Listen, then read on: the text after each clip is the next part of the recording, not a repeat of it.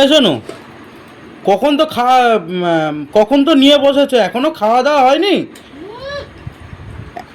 বাবা, এক গামলি নিয়ে বসেছে, তার মধ্যে হাফ করে দিয়েছে।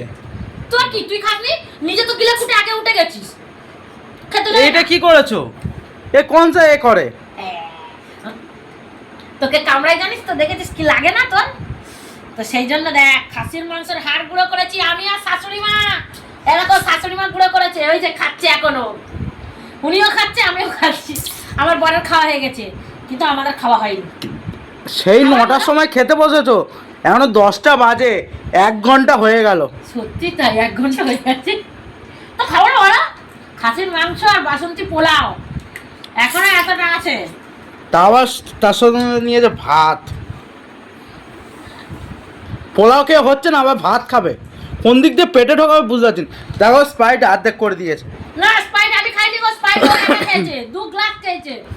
আর আমি যতই বাসন্তী পোলাও টোলাও খাও, আমি খাই, আমার ভাত না খেলে একটুখানি হবে না। সেই জন্য মা আমার জন্য ভাতও বসিয়েছে। আমি একা খাচ্ছি, আমার শাশুড়া তো খাচ্ছে, দেখো ওনারা খাওয়া হয়নি। আমার 10 মিনিটের মধ্যে আমি খেয়ে নিয়েছি। আর আমার পর খেয়ে আমার দাঁত খোঁচাতে শুরু করে দিয়েছে রেস্টুরেন্ট থেকে। ওই দেখো দাঁত খোঁচাচ্ছে। হ্যালো, ঠিক আছে, খাও। পেট ভরে খাও, দেখি কত ঘন্টা লাগে। মনে হয় 12টা বেজে যাবে। পয়সায় খাচ্ছি, তা খাবো না?